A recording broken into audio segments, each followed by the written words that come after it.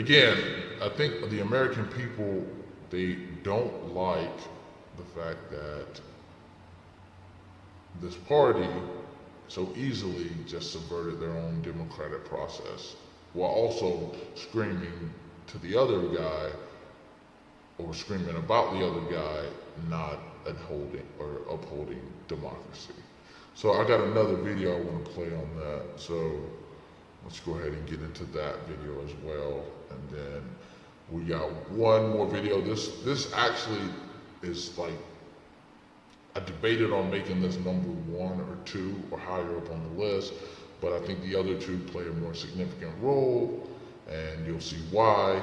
But this is one of those ones that is not only unprecedented, or I'm sorry, not unprecedented, but it's happened before, but it's almost historical, as it doesn't happen that often. Just like Kamala Harris getting the nomination, or being the Democratic nominee without any actual votes. So let's go ahead and get into the next clip.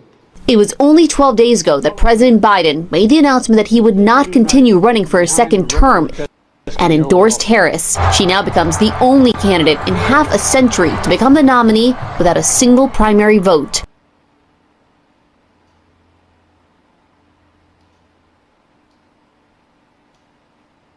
So, as you can see there, I think it's 50 years, I think that's what they said. She didn't receive a single vote, single primary vote. That is historical at the very least. And it makes sense why she's struggling. Even if you had ample time, right? Let's say they had, I think can't remember when their primaries were, must have been at the beginning of the year, but let's say shortly after their primaries, they would have done the same thing, and she would have gotten in the race. I think that she would still be having similar problems, which is that she didn't get any votes. Like, there was no actual process in which she was elected. And I think this next clip that I have coming up is going to explain exactly why that is so important. Give me a second, loading it up.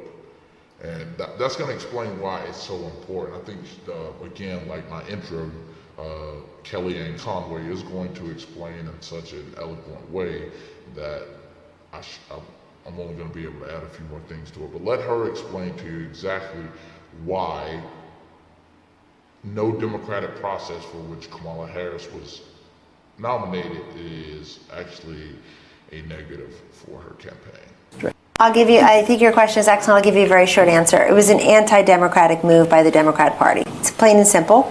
They should just say that.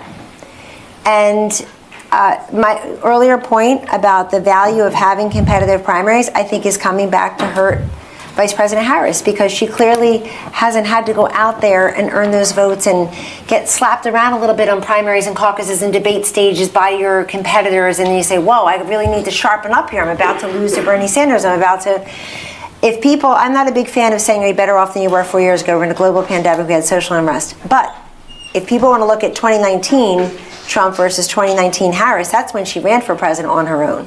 And that gives you the best vision of actually who she is. She didn't come up with a single Democratic delegate, not one. And I think that this has cost the party on the whole question of who's better at protecting democracy, Kamala Harris or Donald Trump. All right, so like I said, she explained it so well, because as Kellyanne Conway just stated, because Kamala Harris never went through any primaries, she hasn't been used to being knocked around and bruised around on the stage, having her ideas challenged and reformed, and being more malleable to attract the most voters. She didn't have that, so that's why you get the stance that she has on a lot of things, which she gives you non-answers, or as they like to call it in the media, word salad answers, and she doesn't really have any